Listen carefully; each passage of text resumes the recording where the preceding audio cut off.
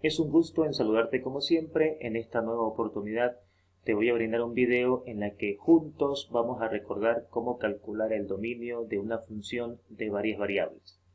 El requisito para hacer este cálculo será recordar las tres restricciones básicas del cálculo con respecto al cálculo del dominio, las cuales eran que si yo tengo una función sujeta a un radical, el argumento de ese radical tendrá que ser mayor o igual a 0 siempre y cuando ese radical sea par, debido a que no existe raíces de números negativos. Luego, una siguiente restricción importante era que el argumento del logaritmo natural tendrá que ser siempre mayor a 0. Esto debido a que no existe el logaritmo natural de 0 ni de argumentos negativos, pero en el campo de los números reales. Y otra restricción a ser tomada en cuenta en esta parte de la materia es cuando teníamos una función racional y entonces el denominador tendría que ser distinto de 0, esto para evitar la división entre 0, la cual en el campo de los números reales no existe.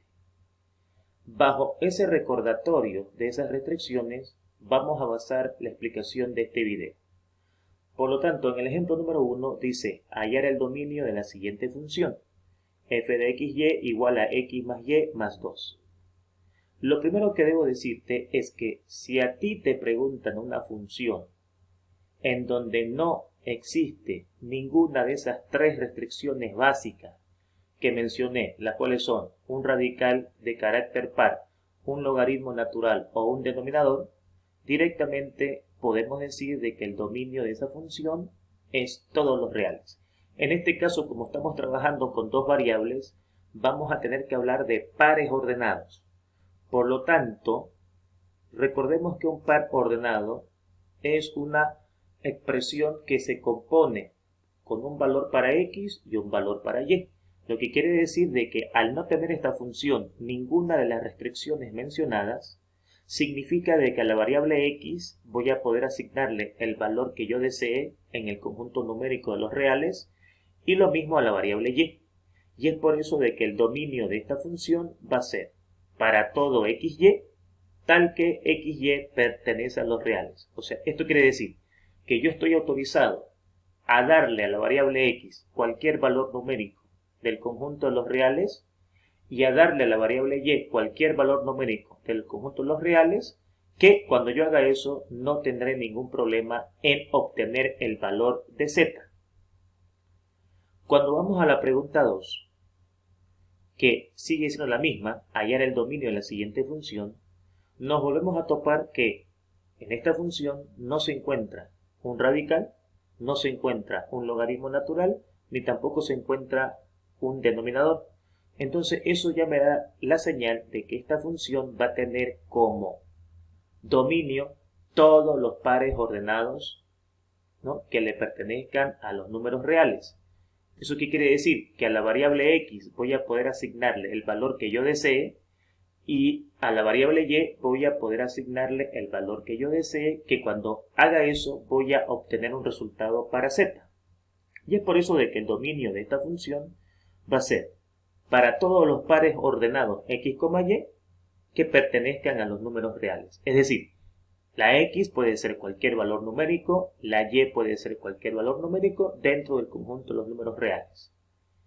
Recordemos de que el dominio es averiguar qué valores, en este caso, le puedo asignar a la variable x y a la variable y para que cuando yo haga esa asignación obtenga un resultado para z.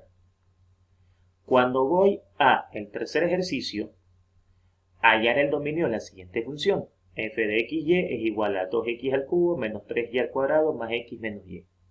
Continuamos en una función en la que no se presenta aún todavía ninguna restricción básica, es decir, no tengo un radical, no tengo un logaritmo natural, no tengo un denominador, y eso, como ya sabemos, me da la potestad de poder decir la variable x y la variable y van a poder tomar cualquier valor numérico del conjunto de los reales, y eso amerita decir de que el dominio va a ser todos los reales, es decir, todos los pares ordenados de los cuatro cuadrantes van a ser tomados en cuenta en esta función. Cuando vamos al cuarto ejercicio, ya nos estamos topando con una función sujeta a un radical, lo que ya de entrada me dice de que no puedo decir que el dominio de esta función va a ser todos los reales, debido a que cuando una función está sujeta a un radical de carácter par, ejemplo, raíz cuadrada, ya no voy a poder decir que todas las combinaciones de x y y me cumplan la igualdad. Es decir, ¿qué pasa, por ejemplo, si yo a la x le asigno un valor negativo y a la variable y también le asigno un valor negativo? Corro el riesgo de, al hacer esta operación, la respuesta me dé negativa, y si me da negativa, en el conjunto de los números reales no voy a obtener una respuesta. O sea, mi problema va a ser imaginario. Por lo tanto, eso ya me hace pensar de que no voy a poder responder que son todos los reales. O sea, no voy a poder darle cualquier valor a x ni cualquier valor a y. Pues la pregunta es, ¿qué valores le podré dar? Ya que tenemos millones de valores para x y para y que pueden cumplir o no esta condición. Para eso lo que se hace es, el argumento a la raíz se aparta y se le pone mayor o igual a 0, porque debemos evitar que esta condición me salga negativa. Por lo tanto, al despejar las variables, llegamos a la conclusión de que x más y tiene que ser mayor o igual a menos 1. O sea, ¿qué acabo de calcular acá? Acabo de calcular una condición que me va a ayudar a entender qué pares ordenados van a cumplir esta situación y por ende van a pertenecer al dominio de la función. Así que todos los valores de x que sumados con todos los valores de y me den una respuesta mayor o igual a menos 1, en este caso, le corresponderán al dominio de la función. Como son hartísimos valores o hartísimos pares ordenados, lo que hacemos es responder en forma genérica, en forma general. Entonces, el dominio de esta función va a ser todos los valores de x y de y, tal que se cumpla esta condición, tal que cuando yo reemplace x y reemplace y, esa suma me dé siempre mayor o igual a menos 1. Cuando vamos a plantear un quinto ejercicio, que la pregunta sigue siendo la misma, hallar el dominio de la siguiente función, nos volvemos a topar con una función radical en la que de entrada no podemos decir que es todos los reales por lo explicado en el problema anterior. Por lo tanto, ¿qué es lo que hacemos? Vamos a encontrar una condición que me va a ayudar a entender qué parámetros voy a tener que tomar en cuenta para tomar los pares ordenados correctos que me generen un resultado para z. Entonces, como es una raíz cuadrada, el argumento tendrá que ser siempre mayor o igual a 0. Esto es para evitar que la respuesta sea negativa. Por lo tanto, x al cuadrado más y al cuadrado menos 4 es mayor o igual a 0. Este menos 4 que está con más pasa con menos. Y entonces, todos los pares ordenados que cumplan esta condición le pertenecen al dominio de la función. Por ende, generalizando el dominio, vamos a decir de que el dominio de esta función es todos los valores de x y todos los valores de y, que al ser reemplazados aquí, me generen una respuesta mayor o igual que 4. Cuando planteamos un sexto ejercicio, continuamos presentando una función radical. Entonces, la situación es la misma. No puedo decir que es todos los reales, por lo explicado anteriormente.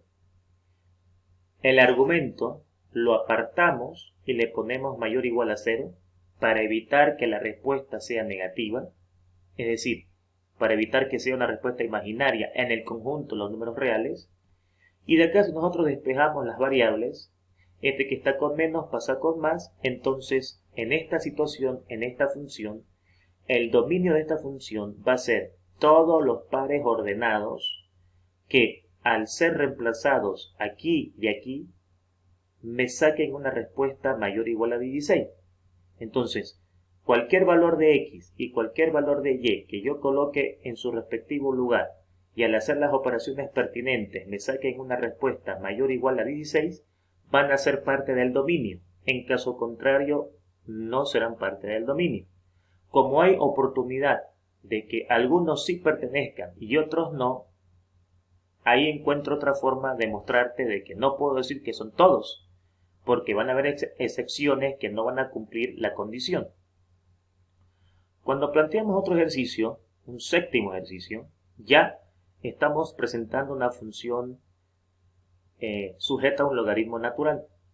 En el caso del logaritmo natural, sabemos de que no puede ser todos los reales, porque si este valor, esta expresión matemática, este argumento, lo hago negativo, en el conjunto de los números reales no existen logaritmos cuyo argumento sea negativo. Por lo tanto, bajo ese concepto, no puedo decir que todos los reales. Por ende, tuviera que averiguar una condición que me permita tener una idea de qué valores voy a poder darle a x y a y para que yo pueda calcular el dominio de la función. Es por eso de que el argumento lo vamos a apartar y le vamos a poner mayor a 0, porque en el caso del logaritmo, la respuesta tendrá que ser mayor a 0, porque si es 0, recordemos de que el logaritmo de 0 no existe. Y si es negativo, no existe. En el campo los números reales. Solamente existe si el argumento es positivo. Y es por eso que ponemos mayor a 0. Si de acá despejamos las variables, este que está con menos pasa con más. De aquí puedo hacer operaciones algebraicas. Por ejemplo, puedo factorizar el 2. O me doy cuenta de que estos valores son múltiplos de 2. Factorizo el 2, que me quedaría x más 3y, ya que 2 por x es 2x. Y 2 por 3y es 6y. Y este que está multiplicando pasa a dividir, quedándome 4 entre 2, 2. Por lo tanto, he encontrado una condición que me va a generar todos los pares ordenados que cumplan el hecho de que el argumento sea siempre mayor a 0. Por lo tanto, el dominio de esta función se considerará como todos los valores de x y todos los valores de y que al ser reemplazados en esta condición la hagan cumplir.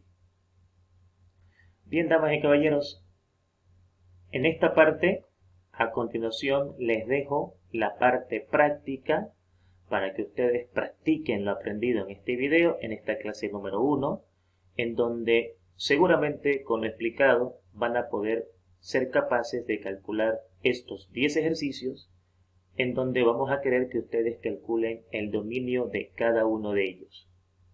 Esperando de que este video haya sido de tu agrado y por sobre todo que hayas entendido el mensaje que quisimos dar para calcular el dominio de una función de varias variables, me despido de ti muy atentamente, esperando de que siempre tengas un excelente día. Muchas gracias por tu atención.